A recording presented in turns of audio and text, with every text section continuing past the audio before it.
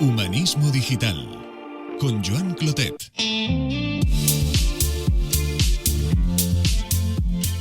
Estos últimos 5 años han cambiado muchísimas cosas. También te digo, Joan, por otra parte, que cuando nosotros recomendábamos trabajos hace 5 años, hemos incorporado bien poco, Hemos incorporado poquitos trabajos a esa base que teníamos hace 5 años, porque es verdad que aunque todo va muy deprisa, cuando tú efectivamente te dedicas a proyectar, a predecir, estos cambios los puedes anticipar de una manera, digamos, razonable, ¿no? No estamos hablando de predicciones a lo Singularity University, pero sí bajo un punto de vista muchísimo más concreto del empleo, aquí sí que se puede predecir. Y al final, cuando nosotros orientamos a estudiantes, ellos tienen un decalaje, ¿no? de 3, 4, 5 años hasta que salen al mercado laboral, que es con el que nosotros contamos. Este tiempo es el que descontamos, por decirlo de alguna manera, para que ellos tengan esta oportunidad. En Humanismo Digital conversamos sobre la esencia y el valor de ser humanos en el centro de un presente y un futuro cada vez más digital. Un espacio donde hacernos preguntas, compartir conversación y reflexiones sobre talento, innovación, aprendizaje, futuro del trabajo, creatividad, emociones, ética o el poder de las buenas preguntas. Profesora, futbolista, veterinario, cantante, influencer. ¿Cuál es el trabajo soñado de los niños y jóvenes de hoy día? No se trata de frustrarles demasiado pronto, pero quizá padres y profesores haríamos bien en asumir una realidad incómoda. Según las encuestas, la gran mayoría de personas no se dedica a aquello que le apasiona y acaba esforzándose como mínimo en que le guste lo suficiente aquello a lo que dedicará la mayor parte de su vida. Por eso, la orientación profesional temprana me parece un tema especialmente relevante. Aunque muchos jóvenes cambiarán varias veces de trabajo y quizá de profesión, a lo largo de su vida, merecen atención a tiempo por parte de quienes pueden ayudarles a descubrir y elegir su camino con más criterio y menos inercia. Hoy hablamos de orientación profesional en un mercado laboral que evoluciona mucho más rápido que los planes de estudio. 5 años después, vuelvo a conversar con Elena Ibáñez, fundadora de Singularity Experts, una voz muy clara cuando se trata de conectar talento humano con empleos emergentes. Con Elena desmontamos una idea muy extendida. El futuro del trabajo no va de profesiones que desaparecen, sino de tareas que se automatizan con rapidez. Y eso lo cambia todo a la hora de orientar, formar y acompañar a las nuevas generaciones. Hablamos de las limitaciones del sistema educativo actual, de la necesidad de fomentar curiosidad, resiliencia y criterio propio, y de por qué los valores humanos serán más importantes que nunca en un contexto de alta incertidumbre tecnológica. Si tienes jóvenes cerca, en edad de tomar decisiones de futuro, esta conversación puede que te sea útil. ¿Qué tal estás? ¡Qué ilusión! Hola, ¿qué tal? ¡Qué ilusión Muy bien, igualmente. volver a conectar contigo! ¿Qué tal? Así es, hace mucho tiempo que no hablamos. Sí, hace demasiado, sí. Decíamos justo antes de conectar que esto de las redes nos mantiene más o menos conectados, pero una conversación presencial o virtual, pero una conversación se echa de menos, ¿no? Y bueno, y en este caso fíjate que primero agradecerte una vez más que aceptes la conversación, que se da por asumido, pero hay que agradecerlo. Y fíjate que ha pasado ya un tiempo, 31 de diciembre de 2020. Esa fue la fecha en que grabamos, lo emitimos unas pocas semanas después, pero el día que grabamos nuestra anterior conversación en el podcast en este caso, o sea que nos reencontramos pues 5 años después, ¿no? Muy bien. Sí, qué bárbaro. Muy bien. Sí. Muy bien, Elena. Oye, pues nada, conoces ya un poco el formato. Hay cosas que no han cambiado en estos 5 años y una es la primera pregunta, que es un poco emblemática. Y aunque te la hice en su momento, para quien te descubra hoy, pues respóndela como quieras, ¿no? Pero preguntarte quién eres, Elena, a qué te dedicas ahora mismo y qué te ha traído hasta este momento de tu vida. Pues ahora me dedico a ayudar a las personas a que anticipen, por decirlo de alguna manera, el trabajo del futuro que se le va a dar bien, para que puedan empezar a formarse ya hoy. Esto es a lo que me dedico. Lo que me ha traído hasta aquí es pues una curiosidad incansable de cómo poder solucionar un problema clarísimo que vemos de alguna manera diferente a cómo se venía haciendo. ¿Y quién soy? Pues una persona absolutamente polivalente que ha evolucionado a lo largo de la carrera profesional y ha tenido muchos trabajos diferentes en función de cómo iba evolucionando también mi curiosidad, y que ahora mismo me ha traído aquí. Esto justamente es lo que me ha traído hasta aquí. Uh-huh. Y además con un proyecto que fue a partir del cual te descubrí, pues que hablaremos de él también y de todo lo que está de alrededor de ese acompañamiento en la toma de decisiones de futuro, de este futuro incierto. Pero mira, antes de entrar en eso, como ya tuvimos esta conversación, o en este espacio una conversación hace 5 años, ¿cómo resumirías tú en un titular, en una frase o algo que te resuene lo que has vivido en estos 5 años? Pues yo te diría que, wow, esto va demasiado rápido. Ujú. Sí. Sí, sí, porque fíjate que nosotros montamos esta plataforma justamente para anticipar ese futuro, pero es verdad que el cambio está llegando demasiado rápido. No somos conscientes. Claro, claro. Y esto, Elena, para ubicar, pondremos notas en el programa para que quien te descubra hoy, pues, indague un poco en tu perfil, tus proyectos, tu empresa, pero por ubicar a los que no te descubran hoy, cuéntanos un poco qué es Singularity Experts, por favor. Pues Singularity Experts es una plataforma que hace el match entre el talento, el perfil de las personas y estos trabajos del futuro que se le van a dar bien. Básicamente hacemos esto, es darle visibilidad a las personas de todos estos trabajos con alta empleabilidad, trabajos que evolucionan, trabajos que están emergiendo, que son desconocidos por la mayoría de las personas y por lo tanto no se eligen y eso les impide formarse en ello. Entonces nosotros lo que queremos hacer es aumentar la empleabilidad de las personas y la plataforma a lo que se dedica es a esto.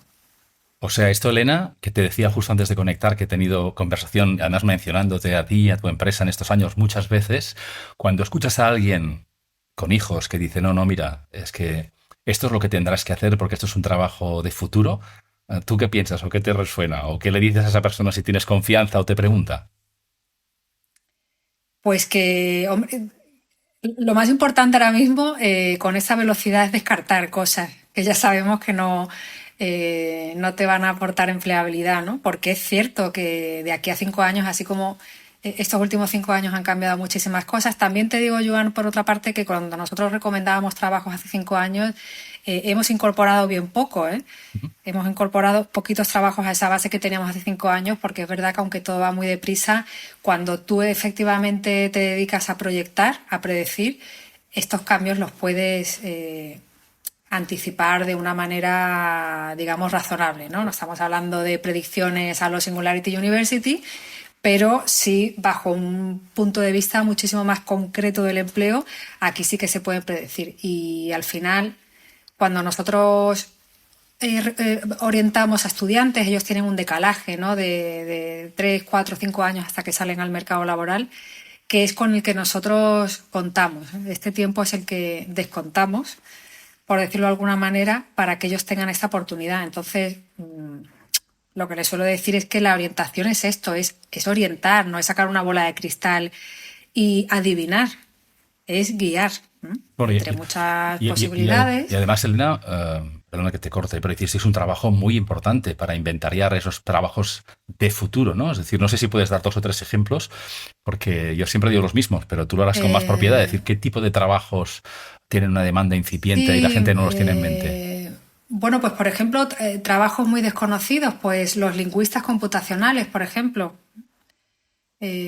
Personas que ayudan a los ingenieros a poder hacer que las máquinas entiendan y hablen nuestro lenguaje natural, ¿no? El español en este caso. O, por ejemplo, expertos éticos también en el uso de la inteligencia artificial. Te estoy dando ejemplos, fíjate, 2 que vienen de la rama de humanidades, no son ninguno tecnológicos, ¿no? Entonces, pues hay muchísimos trabajos y también especializaciones de trabajos o evoluciones de trabajos tradicionales que o le incorporas un conocimiento de tecnología o realmente está fuera del mercado, ¿no? Y esto es algo que también tenemos que ser muy pedagógicos con esto para que tanto las familias como los adolescentes entiendan que esto no es negociable, lo tienen que incorporar y esto es muy bueno que lo sepan desde ya. Claro. Y mira, tú, Elena, estás muy focalizada, digamos, en este mundo, que es esta, digamos, prospectiva y acompañamiento con herramientas, con datos en estas decisiones de futuro del trabajo. El futuro del trabajo es muchas cosas seguramente, pero ¿qué idea está un poco instalada en la sociedad desde los últimos años que hoy te parece pues más cuestionable o te parece directamente equivocada? ¿Qué tópicos Pues hay? mira, yo creo que sí, no, yo la primera, porque yo soy la primera que hablo de los trabajos del futuro, más que del futuro del trabajo. Y sí que quizás antes hablábamos de todos los trabajos que iban a desaparecer y esto sí que se está demostrando que no es así. Porque realmente lo que se sustituyen son tareas en esos trabajos, ¿no? Y esto quizás parece un matiz con poca importancia, pero tiene muchísima relevancia, ¿no? El hecho de que no se sustituyan trabajos sino tareas, porque, por ejemplo, para el primer acceso al mundo laboral de los jóvenes tiene un gran impacto, porque cuando contratamos a alguien, un becario o esa primera oportunidad, normalmente se hace para hacer tareas, justamente. Y son justamente esas tareas que ahora mismo pueden hacer las máquinas y van a hacer cada vez más. Entonces, esto ya se está detectando un gravísimo problema en esa primera oportunidad profesional de los jóvenes, es decir, se les está como dificultando muchísimo, ¿no? Esa primera experiencia. Y luego también tiene consecuencias como, por ejemplo, que hay muchísimos perfiles adultos de personas que se sienten más cómodos haciendo tareas, es decir, que son doers, que no son thinkers, y estas personas se quedan relegadas, ¿no?, ante esto. Entonces, es un tema no menor. Esta creencia que teníamos hace unos poquitos años y que se está viendo que no es así, tiene un gran impacto en según qué perfiles jóvenes, personas quizás no tan estratégicas, ¿no? No tan enfocadas a la estrategia. Sí, además forma parte también un poco del camino de conocerse, ¿no? Yo sí, bueno, no vamos a decir nombres, pero cuando te conocí en la empresa en la que trabajaba, hicimos una pequeña prueba piloto y recuerdo que en las personas que escogimos para hacer ese test ese acompañamiento en profesiones de futuro, me llamaste y me dijiste, oye, Joan, es que hay una, vamos a decir, compañera o compañero, por dejarlo así en una zona gris, que es que no me cuadra mucho lo que sale con la profesión que ejerce y no sé si realmente vamos enfocados o no. Y te dije, no, es que dais en el clavo, porque realmente esta persona, cuando habléis con ella, hagáis la devolución, te explicará también sus motivaciones, sus capacidades y cómo llegó a hacer el trabajo que hace. Con lo cual, realmente el camino de darse cuenta, tomar decisiones, formarse y ejercer de algo y ser bueno y que te paguen por ello durante 50 años de vida laboral es casi utópico hoy día, ¿no? Y por eso digo, yo creo que desde que os descubrí, creo que haya organizaciones y personas que acompañen en ese camino es cada vez más importante, ¿no? Y mira. Sí, y no solo porque cambia lo de afuera, sino porque también cambia lo de adentro. Es decir, tenemos que normalizar que las personas mutan de interés Claro. continuamente, ¿no? A medida que evolucionan, que aprenden, que maduran y demás. Obviamente el ser humano va también modelando un poco sus valores, va afinando sensibilidades y demás, y esos intereses van cambiando. Entonces, claro, cuando se junta todo ese cambio ahí por el mercado laboral, Sí. más el cambio que los profesionales experimentamos a lo largo de nuestra carrera profesional, pues claro, eso a la fuerza da como resultado mucho cambio, ¿no? Continuamente. Sí. Y además te escuchaba y pensaba, claro, tiene que ver cómo cambiamos distintas necesidades, a veces de bolsillo, por nuestra etapa profesional, o a veces también de plenitud, ¿no? O de sentido, ¿no? Que seguramente en alguien más joven pues está descubriéndolo y cuando ya tienes un cierto recorrido, pues también nos pasan cosas o escogemos cosas o eventos que nos hacen también reorientarnos con el precio que eso implica, ¿no? Con lo cual, todo lo que ayude a conocernos mejor y tomar mejores decisiones, yo creo que ayuda un montón. Y mira, yo no sé si, claro, estás desde hace unos cuantos años en foros alrededor de este debate con organismos públicos, con empresas privadas, con personas individuales. ¿Qué porcentaje dirías tú que hay de preocupación en relación un poco a esta incertidumbre de futuro y lo que serán trabajos de futuro? ¿Y qué porcentaje de ocupación? Tanto a nivel colectivo, si lo ves en los sectores para los que trabajas, o a nivel individual. ¿Cuánto es preocupación y cuánto ocupación? Porque, no sé, las noticias, la inteligencia artificial, llevamos ya unos 3 años últimos bastante movidos en relación a que todo está muy cuestionado, ¿no? Entonces, ¿cómo reaccionan esto las empresas y las personas con las que tú contactas? Pues sinceramente veo poco de las dos cosas. Pero sí, y creo que no debería ser así. Te lo digo porque hay temas a abordar en el corto plazo, pero luego hay temas a abordar en el medio y largo plazo que no veo yo en el debate público. Por ejemplo, tenemos un temazo con la educación, con la formación, y eso es un tema de grandísimo calado que no veo que se esté abordando en absoluto. Tenemos otro temazo con un tema que igual se habla como muy a largo plazo, pero bueno, que creo que en el sector público se debería ir hablando, que es qué va a pasar con todas estas personas que no se reciclen, o todas estas personas que definitivamente no necesiten, cuando la sociedad llega a un momento en el que no se necesite trabajar, porque esto muy probablemente va a llegar, ¿qué podemos hacer? Entonces, no veo mucha ocupación, no veo mucha anticipación a todo esto. Sí, yo creo que es bueno. De además, hecho, yo siempre digo que la formación continua se debería plantear como un derecho de las personas, porque toda esta tsunami que tenemos encima, pues ciertamente hay personas que son muchísimo más vulnerables, ¿no?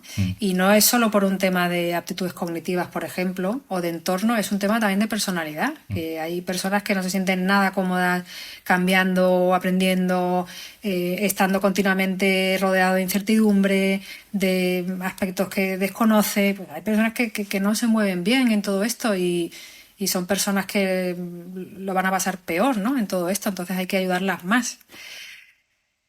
Entonces no veo, Joan, yo tanta ocupación en este tema. No, y creo que es importante que lo digas claro, además, porque de alguna manera es algo que va muy deprisa, como tú decías al principio, y todos podemos hacer en parte, pero seguramente hay organizaciones que deberían ir un paso por delante, porque el impacto de lo que decidan o no y a qué ritmos nos afectan a todos, ¿no? Mira, si rebobinamos un poco en la propia en la propia vida de las personas, ¿no? Vamos, cuando somos más jóvenes. Parece una pregunta muy cerrada, pero quizás está mal formulada, pero no lo es, ¿eh? Y es si tú crees que preparamos a las personas jóvenes para elegir bien sobre su futuro. Y lo digo en general, ¿eh? Como tú tienes hijos, yo también, como padres, como sociedad, como maestros. En general, ¿estamos preparados para preparar a las personas jóvenes en esos años? No, en absoluto. En absoluto. Vamos, no es que quiera ser negativa, ¿eh? Pero realmente es un tema que me toca muy de cerca y me frustra una barbaridad. Y no hablamos solo de los conocimientos, porque ya sabemos que los conocimientos va a ser cada vez pues más una herramienta, ¿no?, más que algo que tenemos que tener.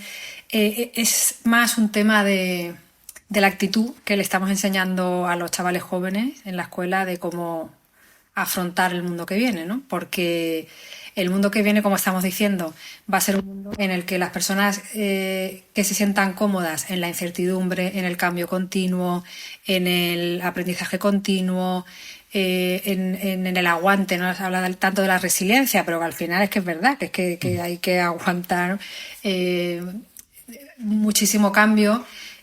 Estas cualidades no se están enseñando. Al final piensa que cuanta más tecnología haya, como el conocimiento es más prescindible, digamos, en el corto plazo. No digo, por favor, o sea, que no se entienda así, porque en absoluto además no estoy de acuerdo, pero el conocimiento realmente es algo que vamos a tener que estar reseteando continuamente.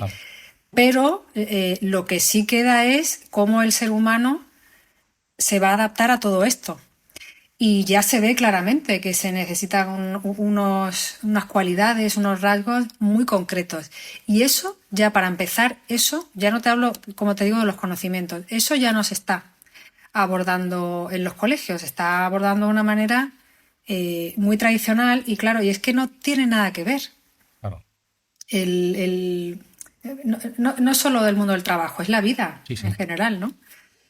A nivel social. Entonces, esto la verdad que sí que me frustra bastante, porque es que se está viniendo venir ya desde hace mucho tiempo y no hay ningún cambio que se aborde en la educación. Y ya si hablamos de contenidos, bueno, pues esto ya aquí ya ni me meto, ¿no? Pero ¿cuántos países estamos viendo que ya están enseñando inteligencia artificial a los niños desde que son pequeños? En fin. Sí. Mira, ayer me llegaba de la misma iniciativa de los finlandeses, ¿no? De este curso de IA que hicieron para todo el mundo, pues como una siguiente entrega, en este caso del mismo proveedor que lo había hecho, pero accedía a las mismas personas registradas del curso que lanzaron hace un par de años, que era IA para todo el mundo. Se tradujo también al español, es decir, iniciativas de país en la que veis que hay gente que está poniendo las luces largas y y haciendo cosas bueno, de potencial impacto, pero es decir, anticipándose a lo que va a pasar, porque si depende de la iniciativa particular o privada o tal, es difícil que algo cambie de manera al ritmo necesario, ¿no? Al ritmo necesario. Y mira, y por otra Sí, parte, sí, sí. pensaba, seguramente los profesionales de la educación o del talento o esperamos más proactividad, más responsabilidad y a veces ves sabiduría, no ahora, no, desde hace décadas, ¿no? En padres o madres que dicen, mira, yo no sé qué vas a estudiar, pero espabila, o viaja, o trabaja de camarero que te va a dar habilidad social o lo que fuera, ¿no? Con lo cual, esta combinación entre conocimientos y habilidades, quizá en el mundo universitario, académico, viene más de acumular conocimientos y habilidades para complementarlo. Y ahora, como tú decías, el conocimiento está ahí. Y cada vez más que hablamos con pantallas, sabes que la respuesta no la tienen solamente las personas, ¿no? La capacidad de hacer la buena pregunta, sí, o de aplicar eso en un contexto concreto, sí que está solamente en las personas, pero perdemos la exclusiva, ¿no? Sí, digamos que no ha dejado de tener importancia el conocimiento, pero que ahora ya es condición necesaria, pero no suficiente. Es decir, los conocimientos, hay que adquirir conocimientos para poder llegar a razonar bien, poder tener incluso vocabulario que te ayude a pensar mejor, a tener mejores ideas más desarrolladas y demás. Es decir, esto es algo que cuando en una época, mira, esto era otra creencia, ¿no? Que se hablaba de las soft skills, y yo soy una firme defensora de las hard skills, porque también, también hace falta claro. tener conocimientos hard, ¿no? Desde luego, pero que es condición necesaria, porque luego todo esto se tiene, cuando nos relacionemos cada vez más con esta locura de interacción con las máquinas, porque al final tenemos que saber que esto, que, por ejemplo, la IA no va a ser una herramienta como la estamos utilizando ahora, sino que va a estar totalmente interiorizado en todo lo que estemos haciendo, en todas las interacciones que tengamos, en todos los procesos de nuestra vida, totalmente invisibilizado e implicado, ¿no? Entonces, esto requiere de tener esas cualidades que, como te digo, estamos far away. Sí. Super far away. Y quizá también, Elena, por lo que decíamos, es decir, por asumir que esto está pasando, o sea, tirando un poco de lo que decías antes, ¿no? No sabemos si dentro de unos años, X años, tendremos todos trabajo. Como decías, ¿no? Es un tema de tareas, ¿no? De que la tecnología va fagocitando tareas, ningún trabajo cambia de un día para otro, todo lleva un tiempo. Pero en la hipótesis de que las máquinas hicieran una parte sustantiva del trabajo en un futuro más o menos cercano, ¿qué deberíamos estar haciendo, previendo, cambiando? Ponte ahora al gorro que te dijeran presupuesto ilimitado, ¿en qué deberíamos ponernos ya? ¿Como sociedad o a nivel colectivo, a nivel individual, lo que tú creas? Claro, es que aquí ya estamos hablando casi de un salto ontológico, ¿no? Con el tema este, porque si nos vamos a un futuro en el que veamos que no hace falta trabajar apenas, empezamos a tener reflexiones filosóficas sobre el propósito, ¿no? ¿Qué es el ser humano? ¿Qué es lo que lleva al ser humano a ser feliz, a aportar a la sociedad, a aportar a los demás? Esto, por ejemplo, ya es un debate súper interesante. Porque volvemos a lo mismo, pues las personas que tengan más empuje, más proactividad, seguirán sin duda alguna abordando, planteando, creando y abordando proyectos y retos, y habrá las personas que hagan lo contrario, porque esto cada uno es como es, ¿no?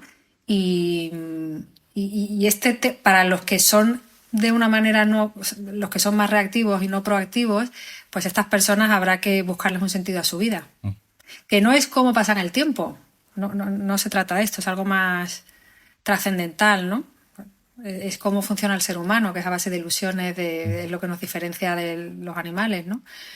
De proyectar esas ilusiones. Entonces, esto ya es algo bastante interesante para reflexionar. Y luego también está el tema de qué es lo que o sea, qué deberíamos estar dándole a la sociedad cuando no trabaje.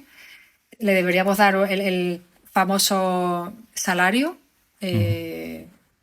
para todos igual, o deberíamos estar entregándole como sociedad bienes porque habrá abundancia de bienes, porque será los robots los que estén produciendo estos bienes y dárselos.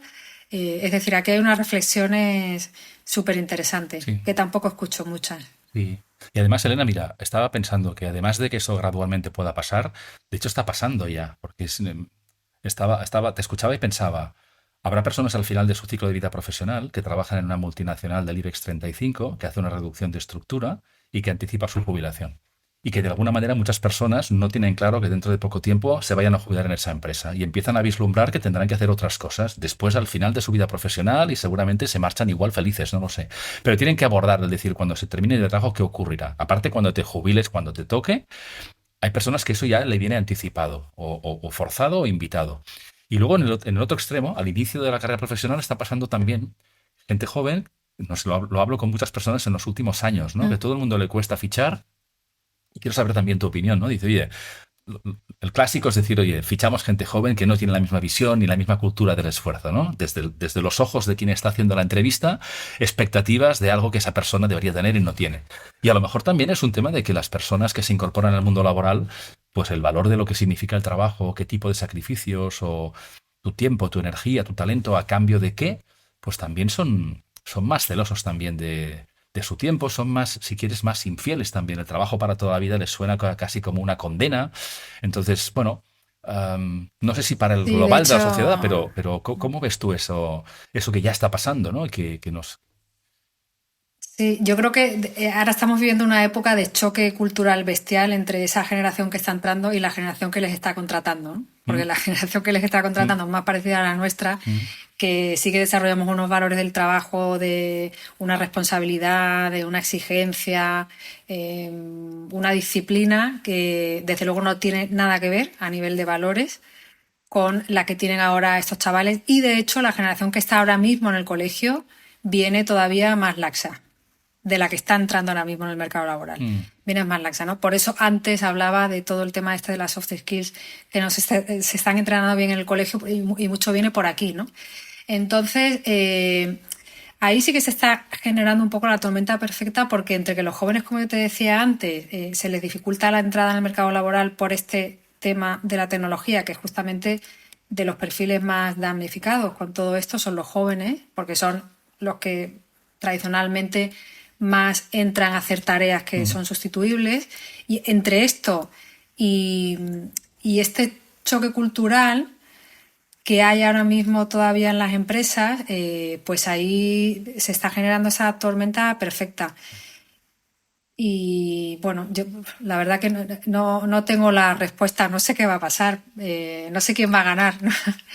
Pero mucho me temo que cuando haya más oferta que demanda, a la fuerza, va a tener que volver ese valor o la necesidad de destacar. Porque si no, ¿en base a qué? ¿No? Sí. Te van a contratar. Mm. No lo sé.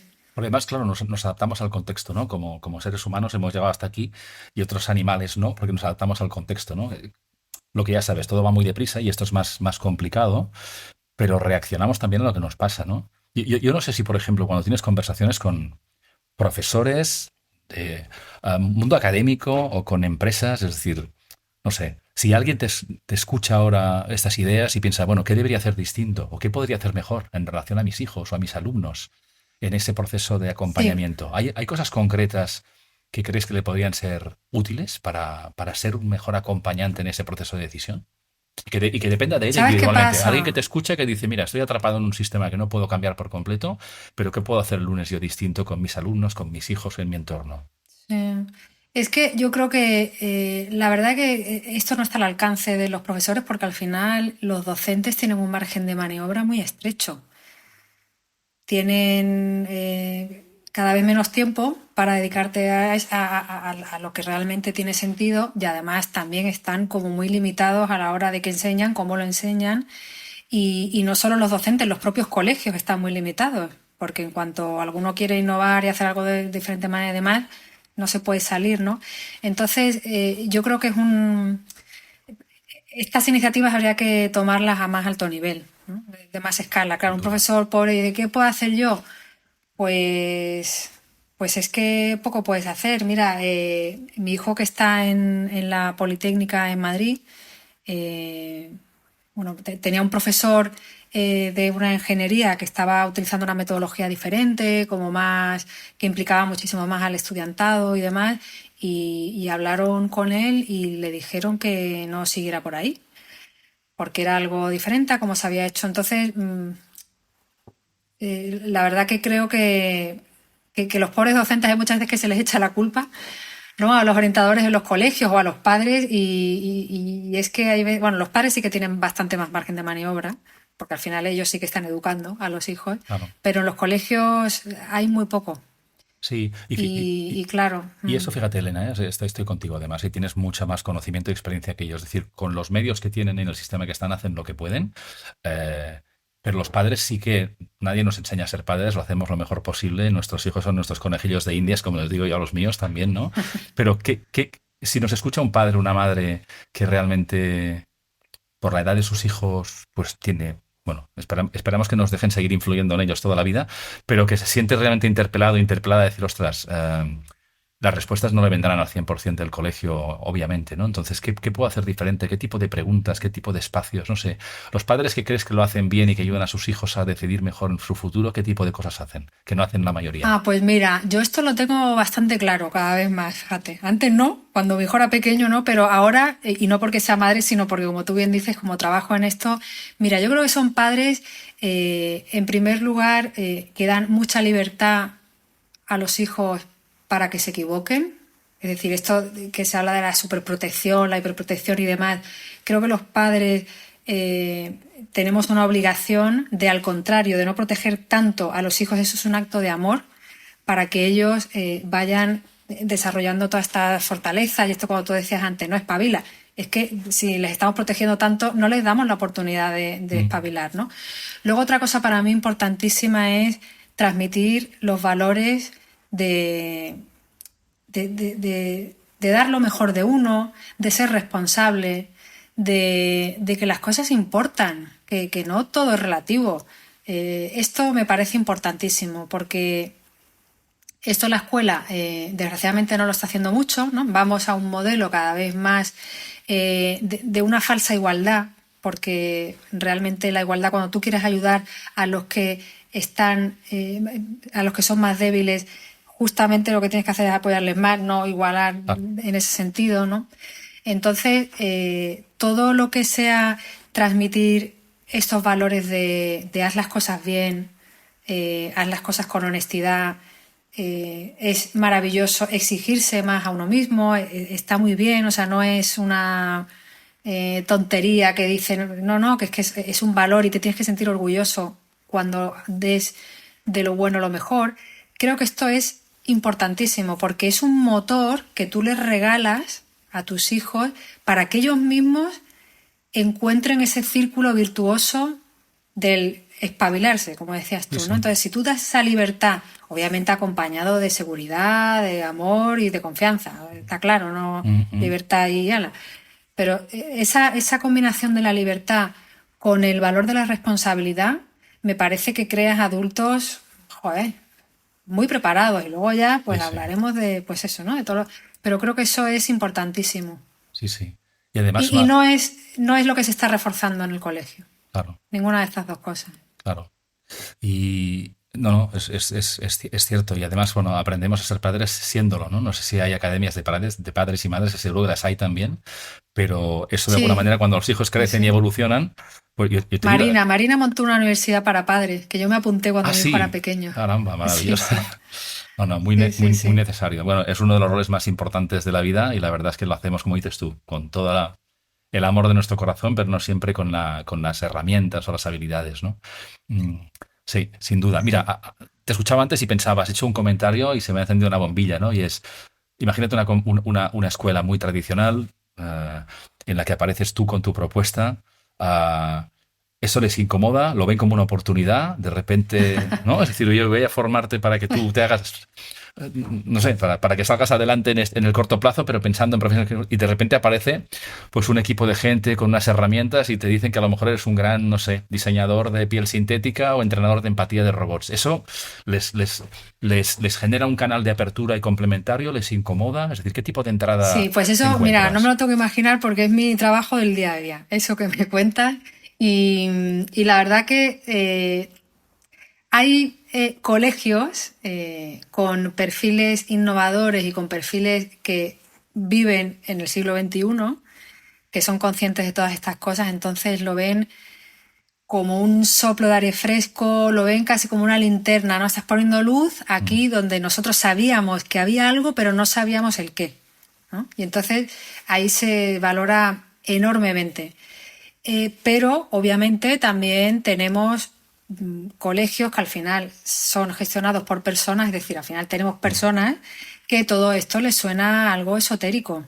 Y cuando tú hablas de no sé qué, empatía para máquina tal, lo que acabas de mencionar tú, que perdona que no he sido capaz de decirlo igual, ellos te dicen que de qué estás hablando. Claro. Que esto es una idea de olla y entonces ¿sabes cuál es el problema, Joan? Que la gente normalmente teme lo que desconoce.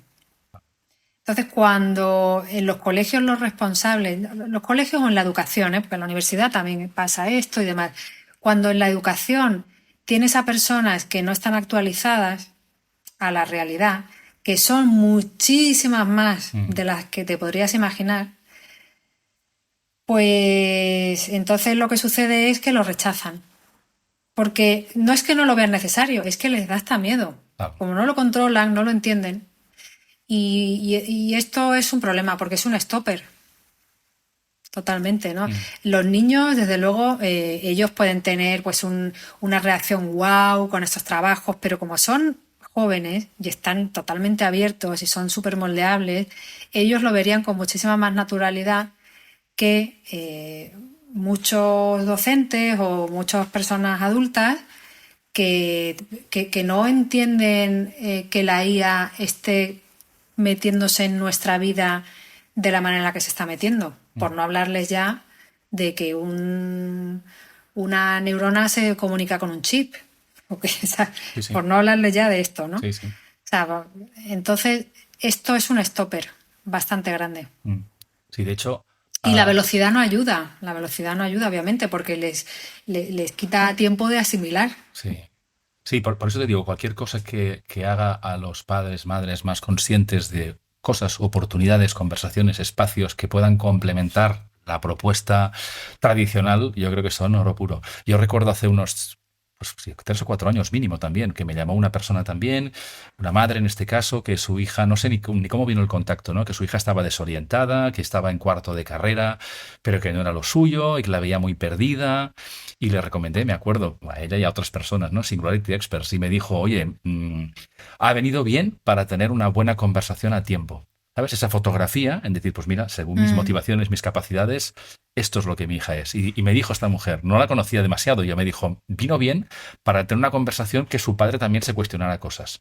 No me contó los detalles, pero ya presupuse que el padre decía, yo soy médico, tú serás médico, trabajo de futuro, claro. y no te distraigas con la guitarrita o con lo que fuera, ¿no? Y la madre estaba necesitada de dar herramientas a su hija y me dijo, oye, claro. No te digo que he visto la luz, pero ha servido para tener una conversación con mi marido y con ella a tiempo, también para ayudarla y para cambiar un poco la mirada, ¿sabes? Sí, esto es súper importante lo que estás diciendo, porque la orientación no sirve solo para sorprender a alguien con algo en lo que no había pensado nunca. O sea, no siempre va de esto. Muchas veces la orientación está dirigida primero para orientar a los padres de ese adolescente, porque efectivamente esto que tú acabas de mencionar pasa muchísimo, y también la orientación también es reafirmar. La orientación no cuestiona porque sí. Es decir, cuando hay personas que ven un informe de orientación y dicen, pues esto ya lo sabía yo, ¿no? Pues fenomenal, o sea, te está reafirmando y te lo está demostrando con datos y con una medición psicométrica. Perfecto. Nosotros no hemos venido aquí para dejarte ojiplático y decirte algo que te sorprenda, porque no siempre es el caso, ¿no?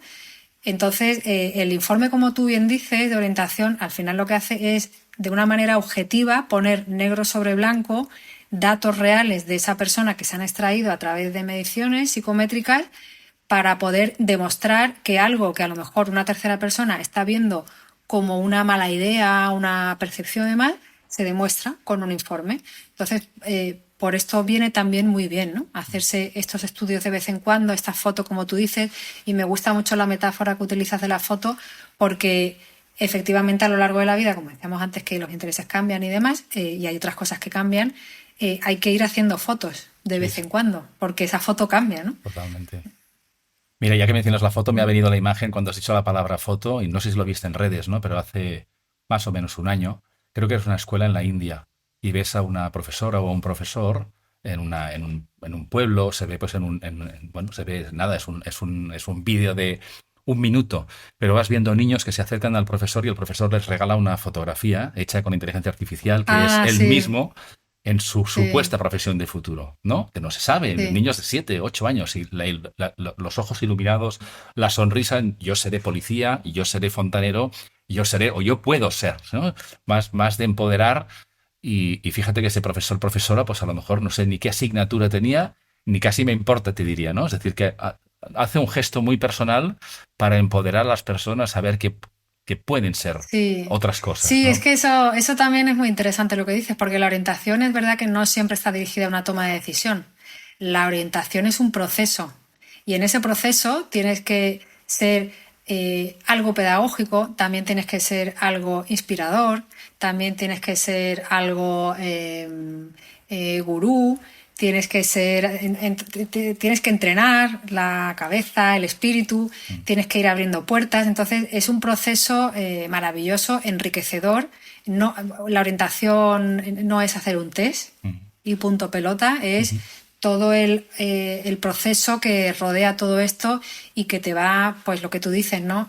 Inspirando, te muestra imágenes que pueden ser tanto literales como metafóricas, pero te pueden presentar imágenes que sean súper aspiracionales, que a los chicos, pues como tú bien dices, de repente se les abra una ilusión, una vía por algún lado que no existía y de repente la encienden, ¿no? Entonces es un proceso que tiene muchos objetivos diferentes. Sí, sí.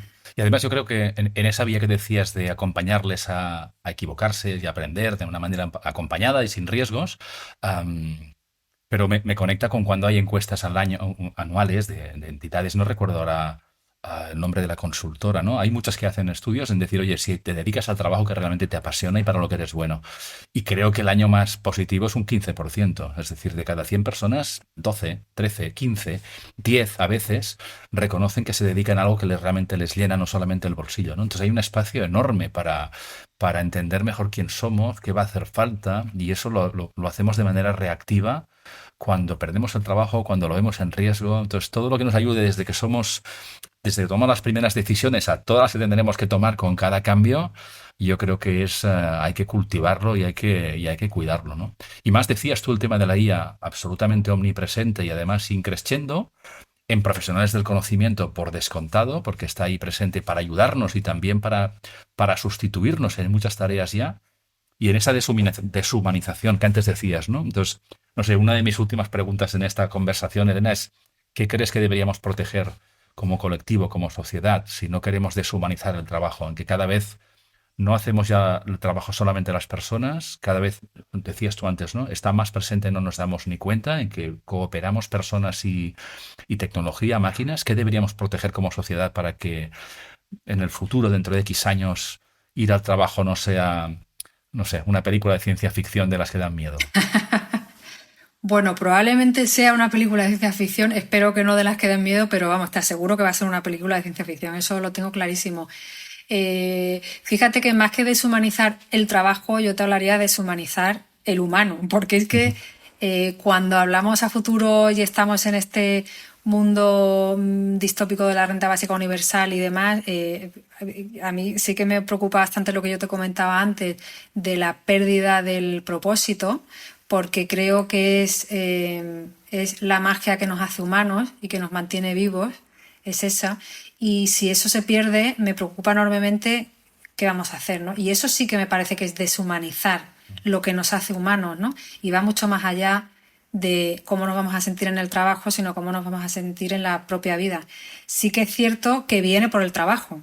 Todo este problema viene por aquí, ¿no? Pues en un mundo en el que no haga falta el trabajo tal y como lo entendemos y, y por eso están irrumpiendo tantas vacantes en el mundo de la ética, ¿no? Antes que te proponía ujú. justamente esos trabajos que están creciendo en muchas compañías precisamente para poder ir investigando sobre esto, ¿no? El papel, cómo protegemos los derechos del ser humano derechos entendidos en su más amplio sentido frente a lo que viene, que no es solo una disrupción laboral, sino una disrupción, como te decía antes, ontológica, ¿no? De lo que entendemos realmente, o sea, no qué vamos a hacer, sino quiénes vamos a ser.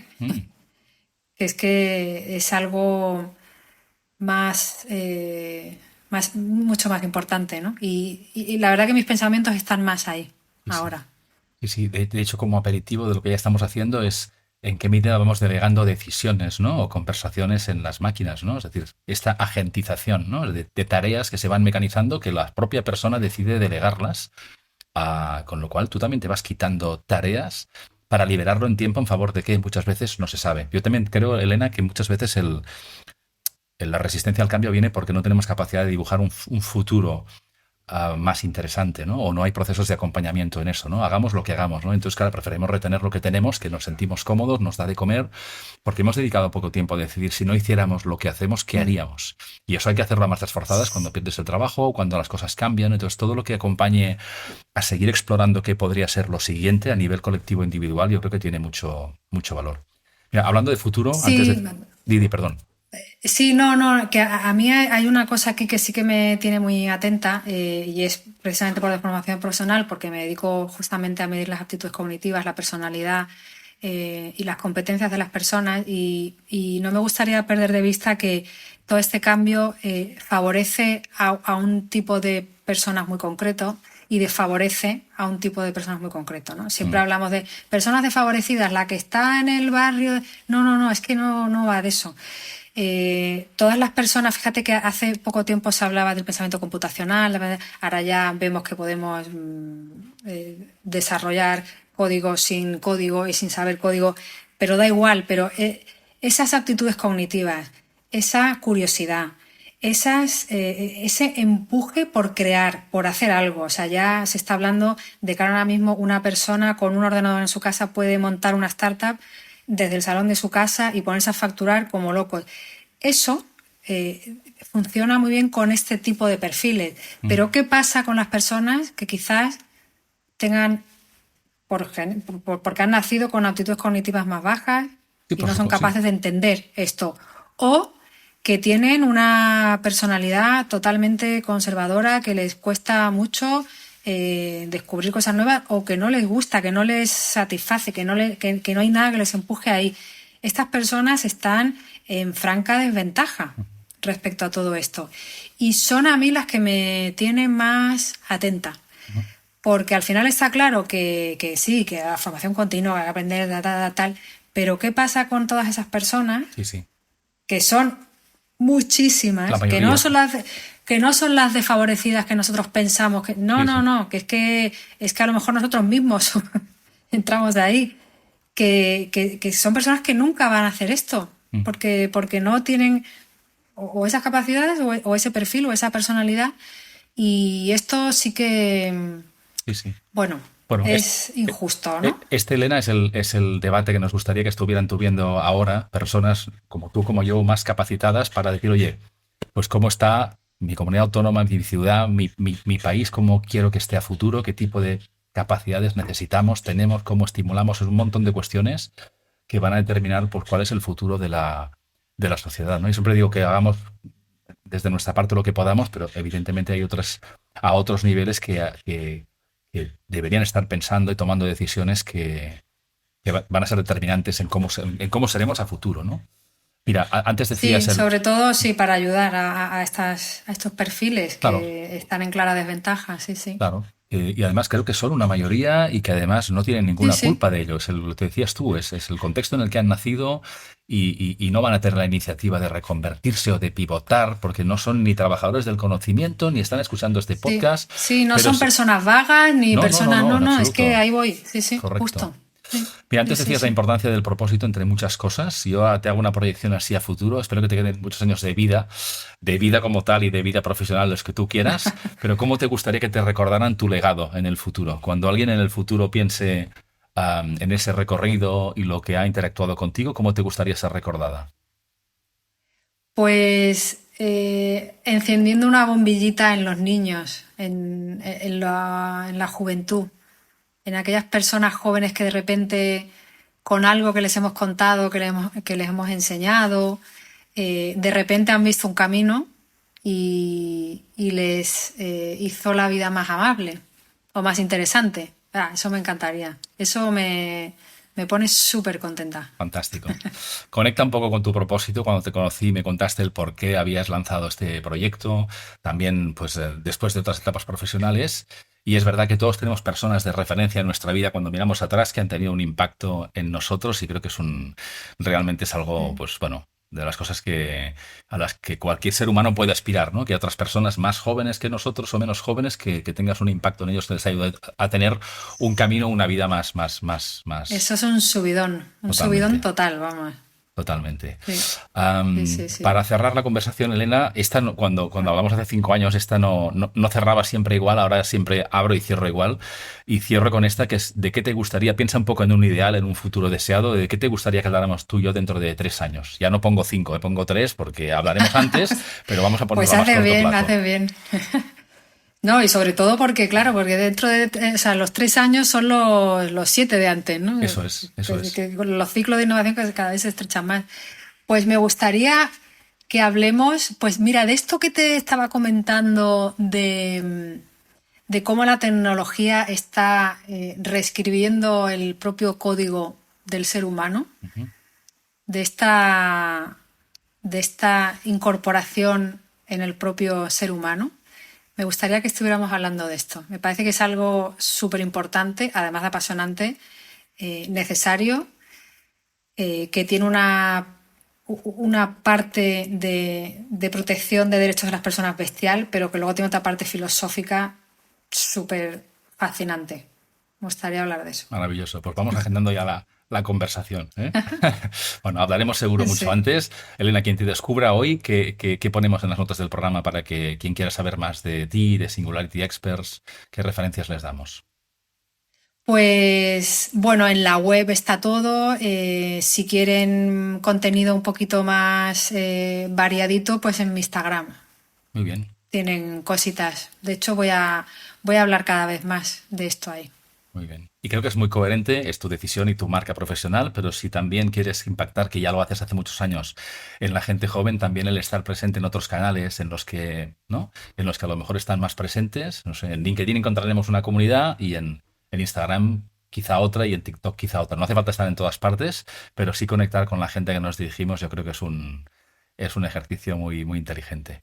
Elena, ha sido un placer, como siempre, hablar contigo, pensar juntos. Igualmente. Y lo que digo siempre, que no pasará tanto tiempo al menos de tener esta conversación, sea de podcast o sea pura conversación, pero siempre es un placer hablar contigo quieras, y muy, muy inspirador, ¿eh? Totalmente. No se puede hablar de estas cosas con todo el mundo. O sea que es un placer para mí, no sabes lo que lo disfruto. Genial. Pues nada, muchísimas gracias, Elena. Que tengas un gran 2026 que acabamos de estrenar, y mucha energía positiva para todo lo que tienes por delante, ¿vale? Eso, igualmente. Muchísimas gracias. Pronto. Gracias a ti. Gracias por escucharnos un día más. Comparte la conversación si te ha parecido interesante, o mejor, envíasela a esa persona a la que creas que le pueda ser de valor. Te dejo los enlaces para saber más de Elena Ibáñez y sus propuestas en las notas de este episodio, así como el enlace a mi web y a mis libros sobre humanismo digital en joanclotet.com. Nos encontramos pronto de nuevo aquí con una conversación que nos invite a pensar y especialmente a actuar. Hasta entonces, cuídate mucho.